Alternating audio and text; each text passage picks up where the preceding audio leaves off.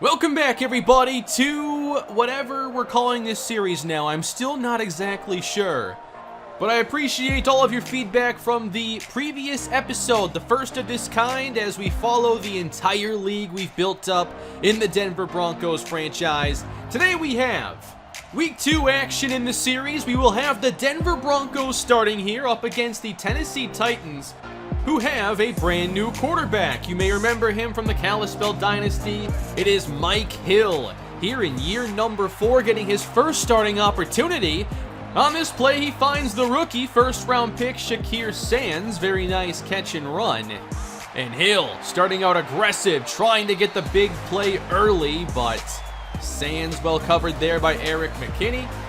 And on third down, Denver gets the pressure. It is Eric Palmer sacking Mike Hill. No points on the opening drive for the Tennessee Titans. And this became a defensive battle very quickly, with both offenses failing to really do much of anything. We'll go into the second quarter. Here's Mike Hill on a 3rd and 9. Doesn't like anything downfield, and somehow he gets away from both Boogie Turner and Eric Palmer and hits the gas all the way to midfield. Hill, of course, quarterback the option offense at Army. He does a very good job on the move. He's also a very efficient passer in the short and intermediate areas. Tennessee had the first scoring chance of the day, trying to get to the end zone on first down, and Hill intercepted by Miles Jack. Denver always seems to make that big play in the red zone, and Jack has had many of them in this series. We'll take it to the third quarter, tied at 3. Both offenses just not finding any rhythm. So what does Denver do? They turn to running back Deion Price, who almost won the rushing title a season ago, trying to get that run game going and be the offense's identity. And then Nate Sheffield with a pass across the middle. This is the rookie Derek Jackson. Denver gets into scoring range. And then it's Sheffield off play action with a strong throw to the outside, hooking up with LJ Molina. Very nice catch. And then at the 6, trying to get to the end zone for the first time, and they are stopped short. Levi Summers only got to the 4. Denver goes up 6-3. Later in the third quarter, Denver possession once again. A toss outside to Deion Price, and once he makes that first man miss, watch out! Down the sideline, somehow they catch him at the 7. Finally, a big play for the offense, 55 yards, taking Price over 100 on the day. And then trying to extend this lead, it's Nate Sheffield to Vashawn Wright for the quick touchdown, and the Broncos take a 2-score advantage. How would Mike Hill respond, making just the second start of his NFL career? With the Titans down by 10. Hill looked to carry this team and get them back in the game, scrambling to midfield and picking up 16 more yards. As we get into the fourth quarter, once again Mike Hill taking off and finding plenty of daylight inside the 30. This is a 23-yard run. He's approaching a 100-yard day.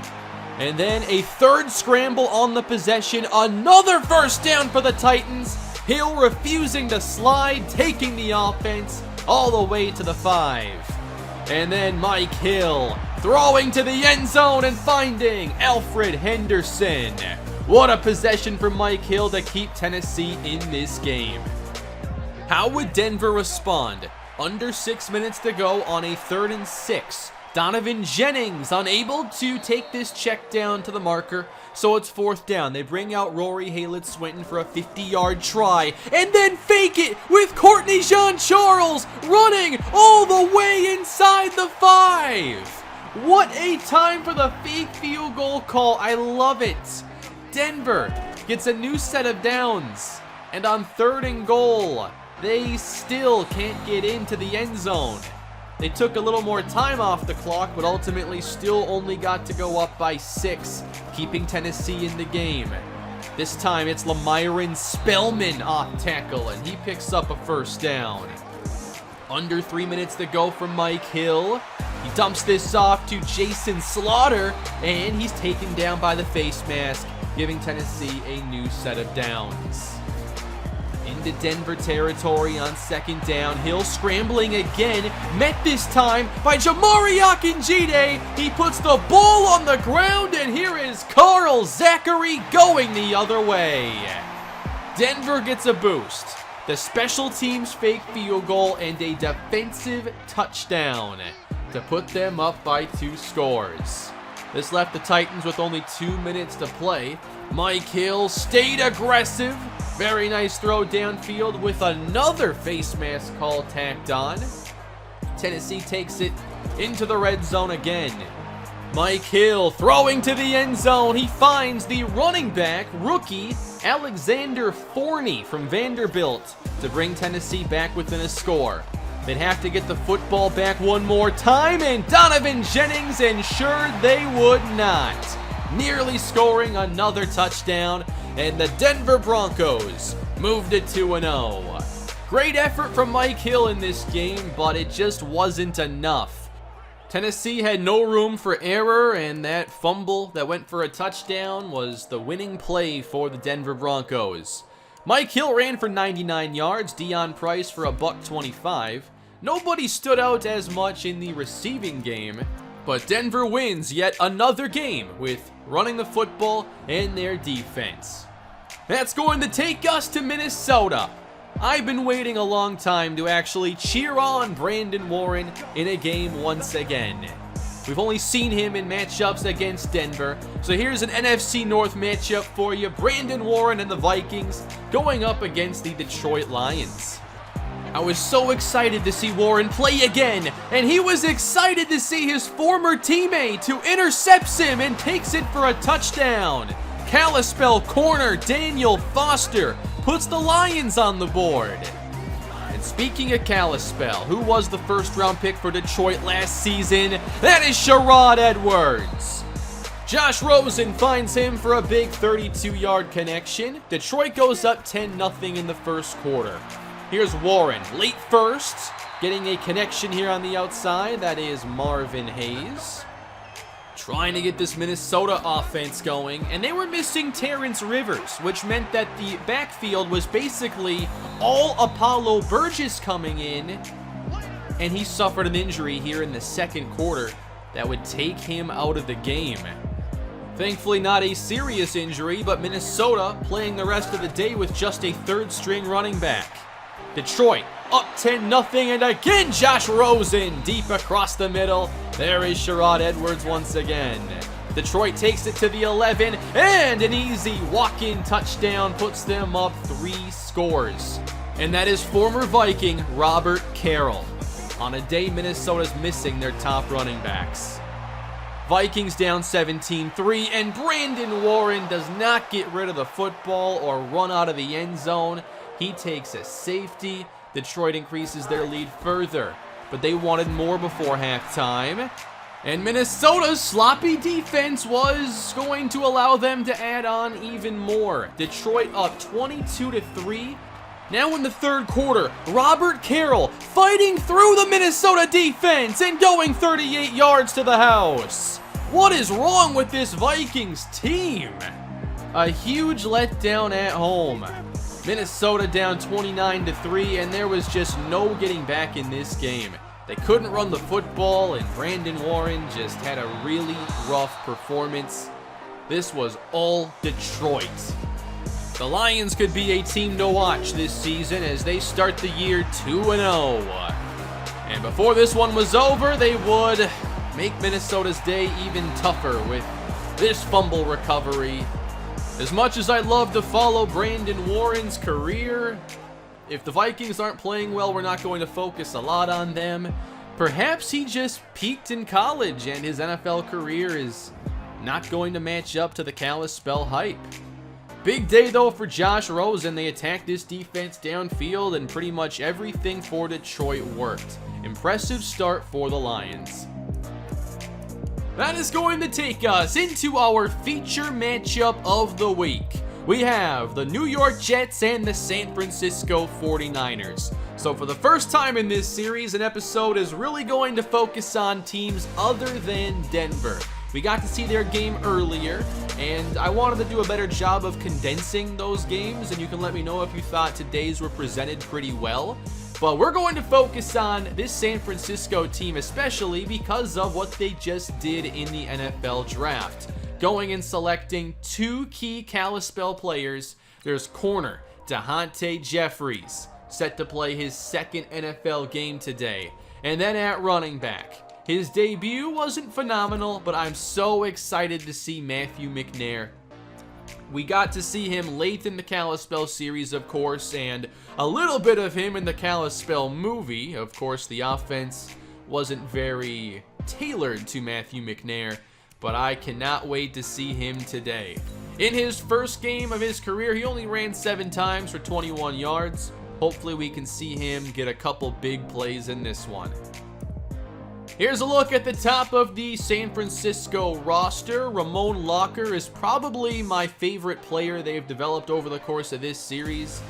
When you play against the player, and he always plays well against you, you just kind of respect him after a while. And Ramon Locker has intercepted me a couple times. And it's an out-of-conference opponent, so it's hard to do that when you only match up a couple times in a series. But it's a solid San Francisco team. There's also Marquand Clifford now in year 6. The catching has gotten a little bit better, but you can't necessarily call it a strength. And of course, the quarterback, 7th-year pro, Scooby Blaylock. Excited to see him again today. For the New York Jets, here's who they have at this point of the series. They picked up Tyshawn Clifford in free agency, and it looks like he will not be playing today or for a while, which means Benny Snell and Gordon Banks will be the running backs today. Can Sam Darnold lead the way with this passing game with Jason Pruitt and Jamie Sherman? San Francisco hosting this matchup. I cannot wait to see some of these Kalispell players once again. I hope you're enjoying the change here in the series. I think these episodes have been a lot of fun for me to create. And to just have more games jammed into an episode, I think is a lot of fun. And definitely doing the Kalispell movie let me kind of experiment with how I would combine a lot of games into one little project or one large project. It was 2 hours. So here we go, San Francisco and New York. Let's get into this one. Both teams won their week 1 game. And we're trying to figure out who early in the season are the teams to watch. Well, here we go, everybody. San Francisco opens with the football. It's Scooby Blaylock in the shotgun, and he will open in the air with an overthrow. That was an inaccurate pass, not a throwaway. So they go down to their 2 tight end formation now, and it's going to be Blaylock again to the air. And dumping this off, Matthew McNair's first NFL reception. It's a gain of 6.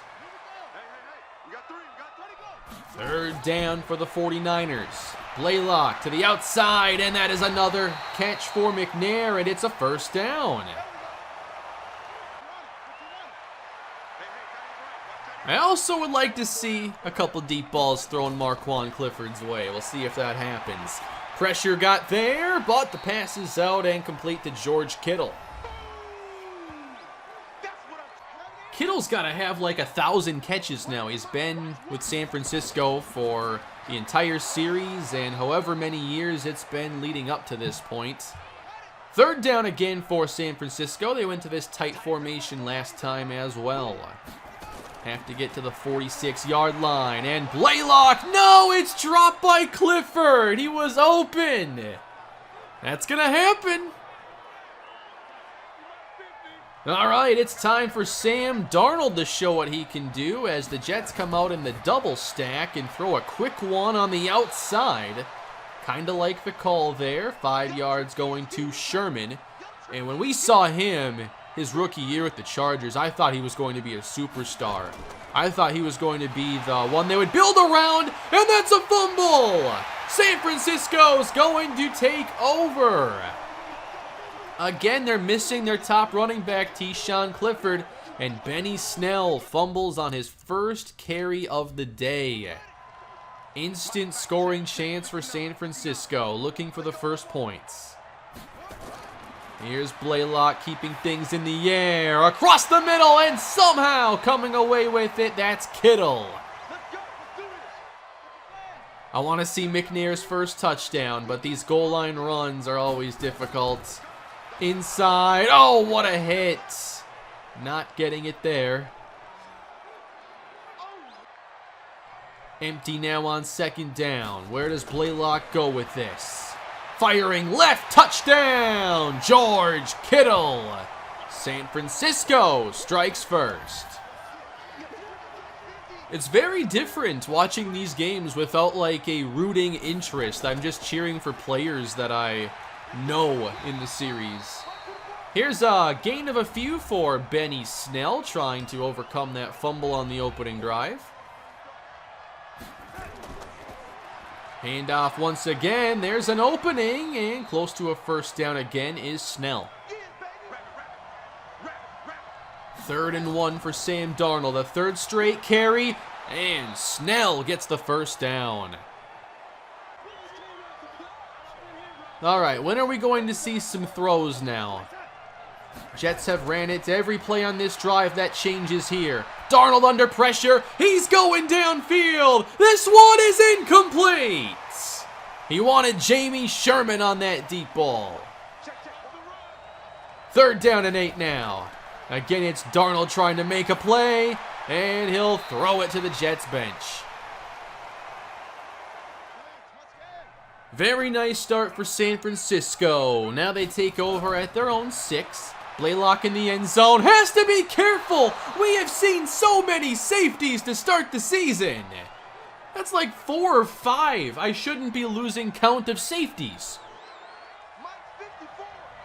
It's now a 7-2 ball game as the Jets take over. 1st and 10. More running right into this San Francisco defense.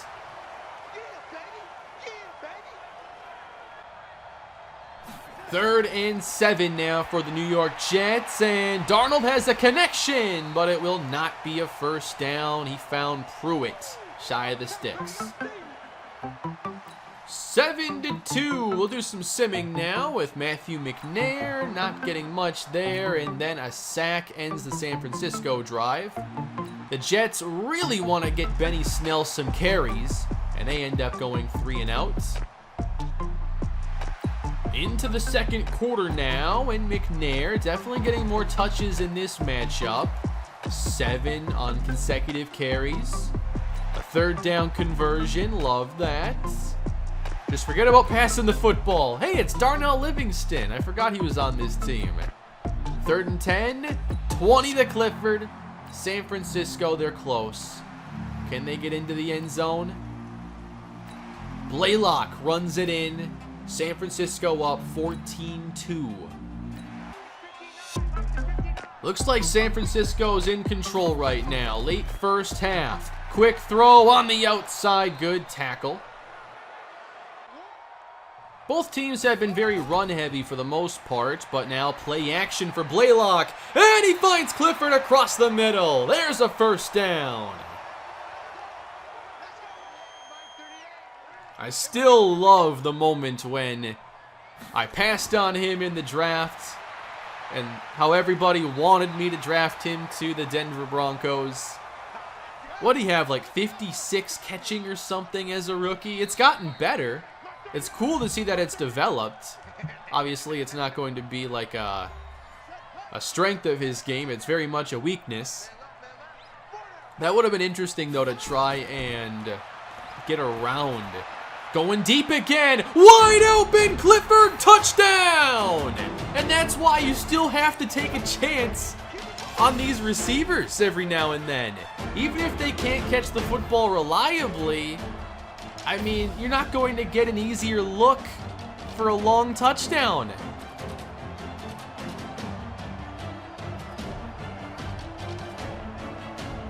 All right, this one's getting out of hand pretty quickly. San Francisco's up 21-2. Are the Jets going to be able to get back in this game and make it interesting? I'm hoping we can get some good classic games here for these featured episodes, or these featured games within the episodes. But the Jets have a lot of work to do to make this one even competitive. They got the safety, and now intercepted by Matt Johnson. It is still all San Francisco.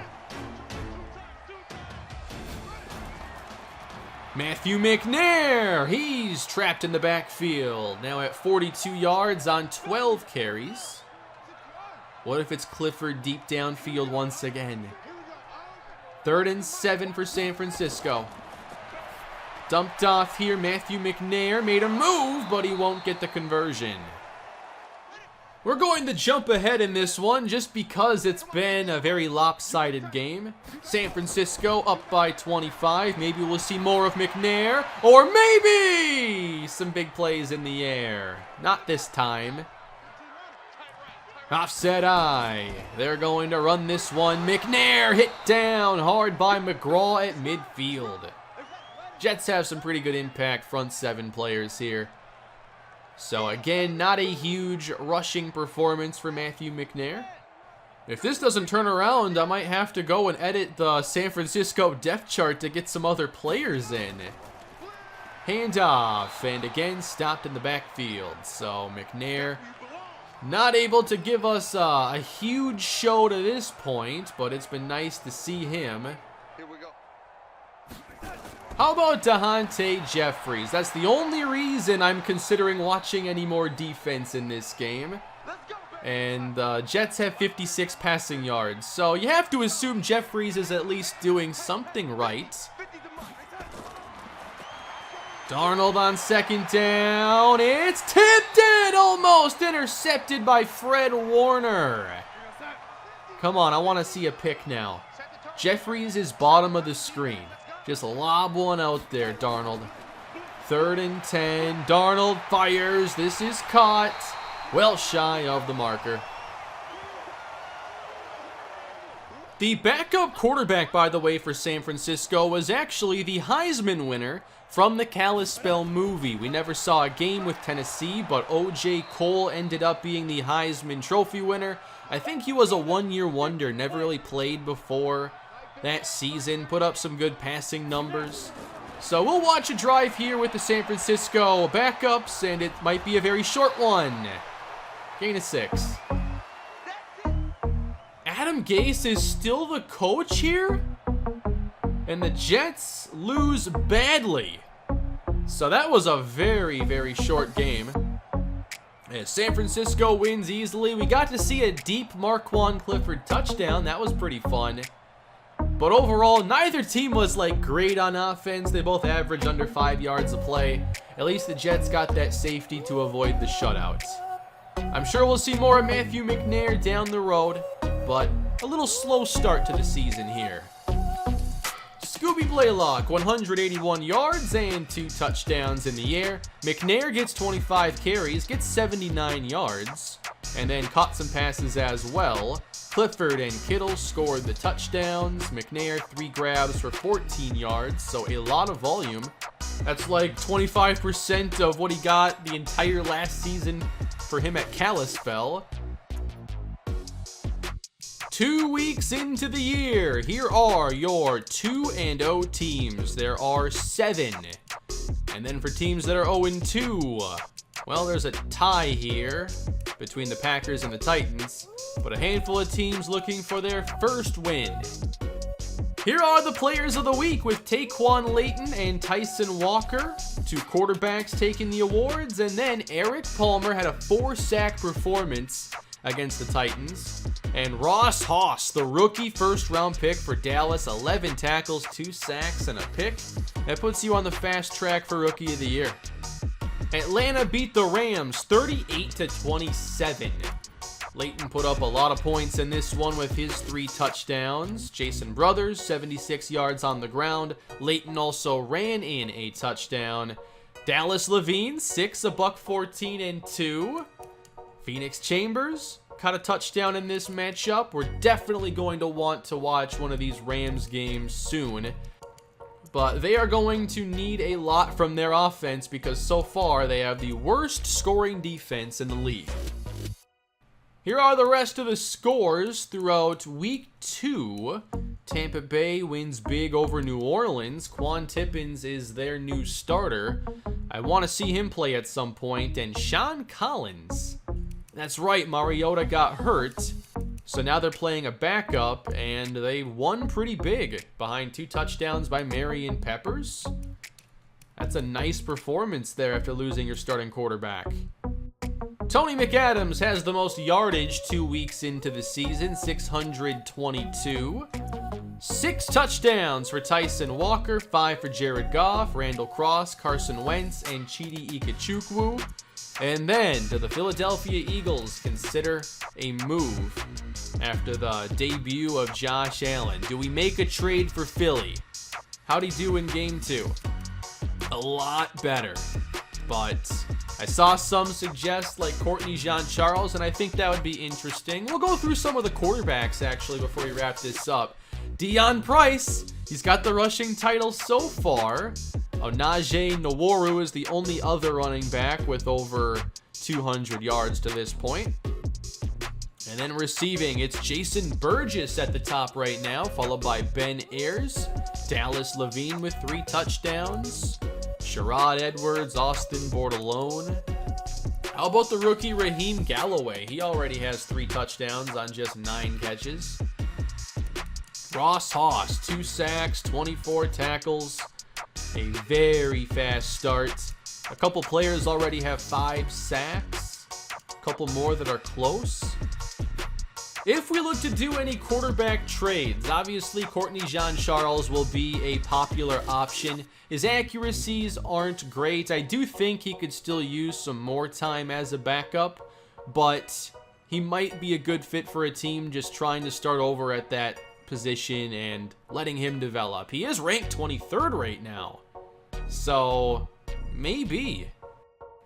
I do think Cameron Grimes is one of the best options to become a starter somewhere else. He's only in year number 2. He has pretty good short accuracy. That's going to play out really well, but the deep and medium accuracy, that's where the development has to be had. And he has 90 speed. Yeah, I'd really love to see him play somewhere. I even think that Luke Irvin could be an option somewhere. He's the 38th ranked quarterback, and the accuracies are pretty decent for a young quarterback. We could potentially look at a trade for him as well. There are a few different teams that would make some sense, but we're going to let the season unfold a little bit before making some of these potential trades. I think it would be a really fun idea, and it would make a lot of sense. Jeffrey Ramsor, he's backup of Brandon Warren in Minnesota. He's another option.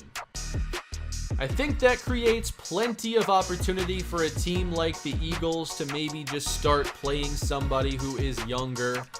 And there might be another team or two that comes up where we think that it's just better for them to make a new move for quarterback.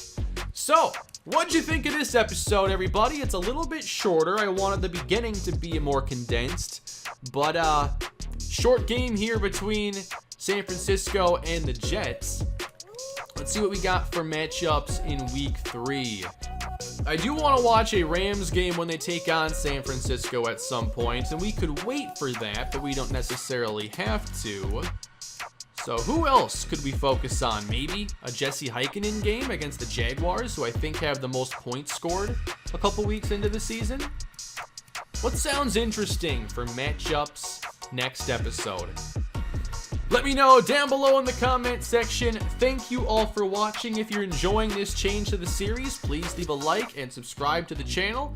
And I'll do my best to keep making sure these episodes are fun and different every time. Have a great day, everybody, and I'll see you in the next one.